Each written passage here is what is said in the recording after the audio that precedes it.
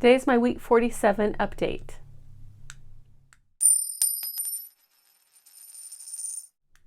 Hi, welcome. My name's Tina, and if you're new here, I had traditional duodenal switch surgery with Dr. Shrikant in Federal Way, Washington on June 9th of 2020. Today is my week 47 update, and I'm just going to share my stats and how things are going, and I also have some books I've been reading I'm really excited to share with you, so stick around for that. So my statistics have not changed a lot.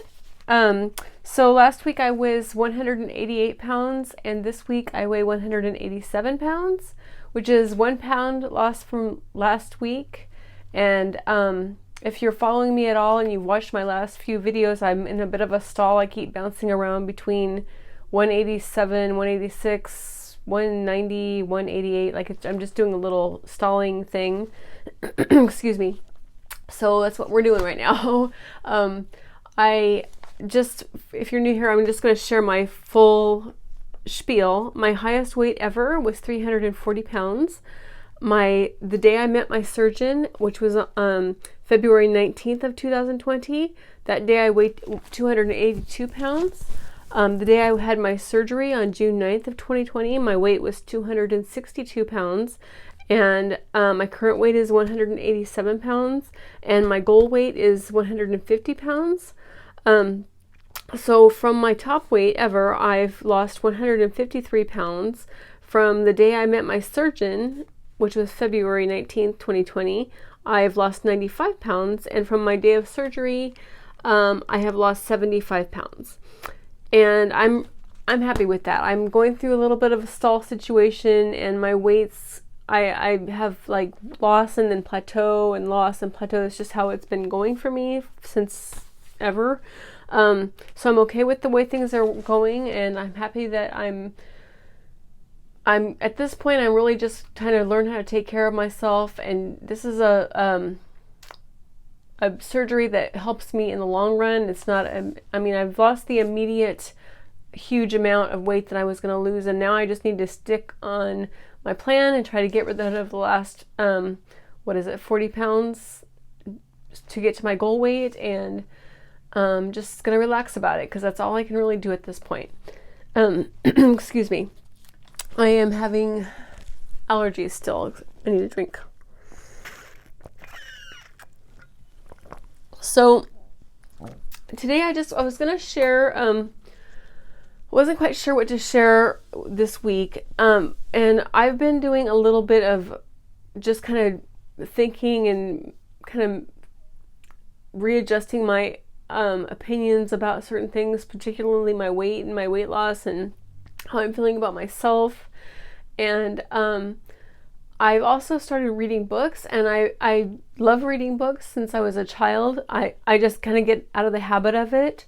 And so I've got some new books that I wanted to share with you that were really, really good and really helped me, if nothing else, divert my attention. So the first book, this has been around for a while, but it's called Where the Crawdads Sing. And this was one of the Reese Witherspoon's recommendation. This is part of her book club. And I wasn't really sure what to expect about this book. It's pretty popular. I'm sure if you're a reader, you may have heard of this book.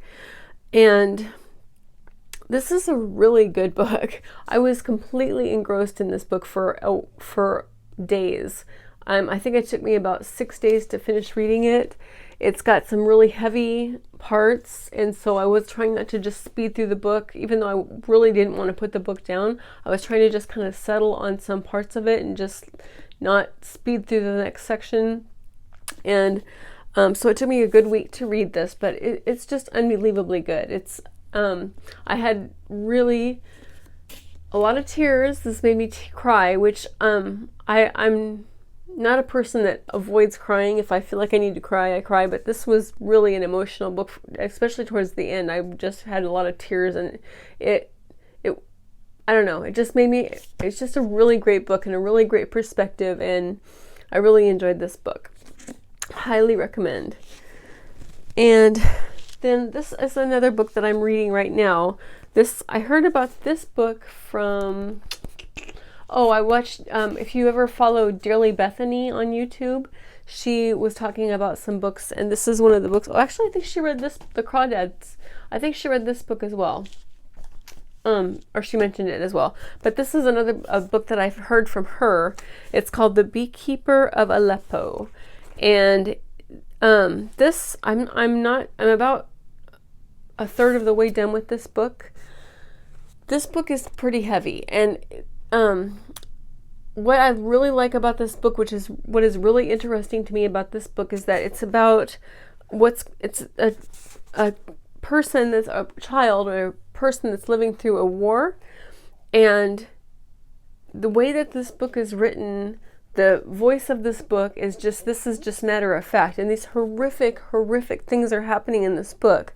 But when they're communicating this information in this book, it's not this horrific thing happened. It's just this matter of fact thing that's happening, and it made me really think about people that are living through things like that, people that are going through really crazy, uncontrollable things. That's the perspective that you take on to preserve yourself, right? So I know when I was working with domestic violence survivors, or when I myself was living in a domestic violence situation, the way that you survive those things is you kind of normalize them, or you don't. Especially when you're going through it, you're surviving, right? So that's what this book kind of reflects, this attitude that the person that's writing the book is just like, well, this person was killed this day, and it's not crass, and it's not unheartful. It's very heartful filled, like, there is sorrow, there is fear, but it's just really, really well written so far. I'm really enjoying this book. Like I said, I'm a third of the way through, so I have a ways to go, but I'm just enjoying this book right now, and I'm having a hard time putting it down as well. So this is a great book. It's by Christy Leftieri. Probably said that totally wrong. And then the last book I'll share with you, this is a book that I have just started. So today is May 4th. May the 4th be with you. It's 5 minutes a day to start living your magical life, which sounds kind of hooky, I know, but the intent of this book is just something that you can read 5 minutes a day in the morning to kind of get in the habit of thinking about different things. So it transforms your life by boosting your self-esteem, filling you with happiness, and helping you attract the magical life you dream of living. And very importantly, it creates feelings of relaxed wholeness and worthiness.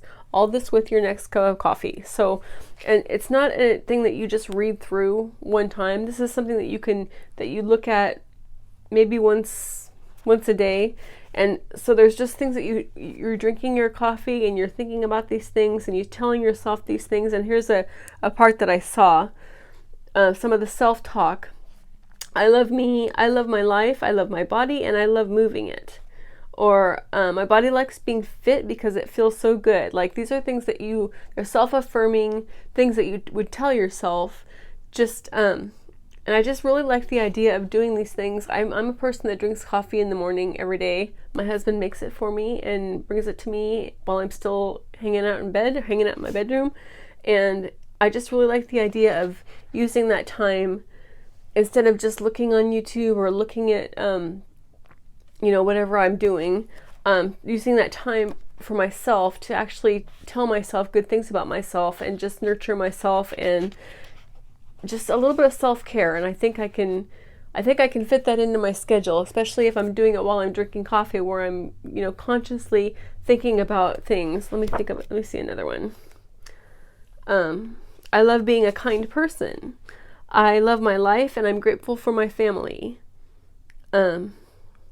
My kids are lovable. I am lovable. I have unlimited generosity and patience. I love spending time with my children.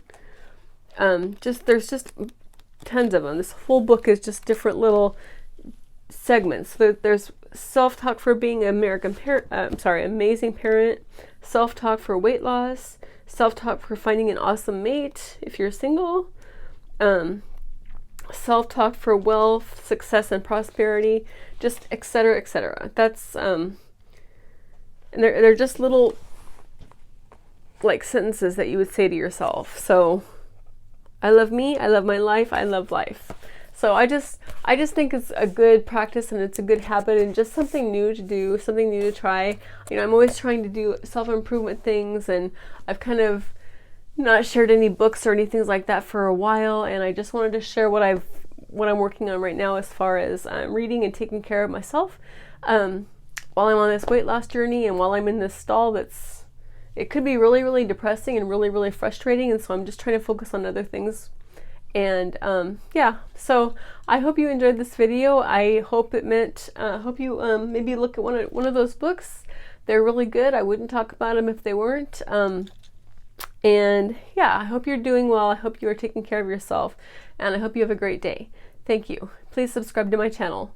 Bye.